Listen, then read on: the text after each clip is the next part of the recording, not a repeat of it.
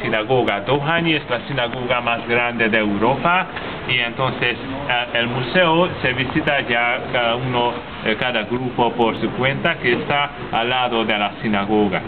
Pues aquí de primero quisiera hablar un poquito sobre los edificios. Fundaban aquí un conjunto muy grande por la comunidad judía reformista. La primera vez construyeron este edificio, que es actualmente el centro de la administración, en 1844. Después la sinagoga 1854-59, y dos edificios construyeron más tarde, en 1930, este edificio pequeño que es otra sinagoga. Hay mucha diferencia entre el color y también la decoración de los dos edificios, pero así ambas pertenecen a esta comunidad. La pequeña cabe 100 personas, la grande más o menos 4.000. También hay una diferencia, pero también por eso mejor calentar este edificio pequeño, y así aprovechan también por los más o menos 80 personas quienes llegan a esta sinagoga pequeña para celebrar los cultos de los sábados.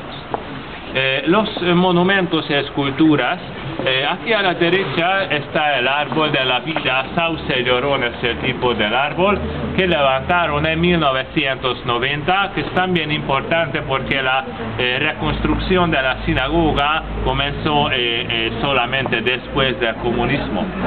Tony Curtis, bueno, él es un actor americano, otra generación. Sí, y su padre era húngaro, se llama Emanuel Schwartz.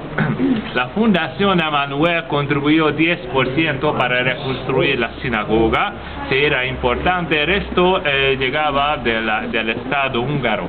Los donantes de la fundación y las hojas del árbol se conmemoraron a sus ascendientes, parientes muertos, desaparecidos, pero podemos decir que el monumento después del comunismo era el primer algo importante, la primera escultura importante para conmemorar a los 600.000 muertos del Holocausto de Hungría, y es de acero inoxidable y con plata, y entonces cada vez más nombres siguen añadiendo en las hojas.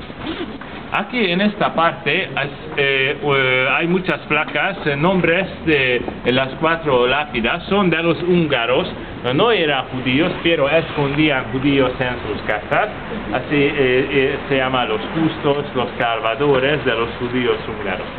Abajo, en el centro hay nombres de los diplomáticos. Entre los nombres aparece un nombre español también, pero antes sobre los dos nombres suecos, Rolf Wallenberg, Per Anger, eran diplomáticos aquí, pero este país era neutral.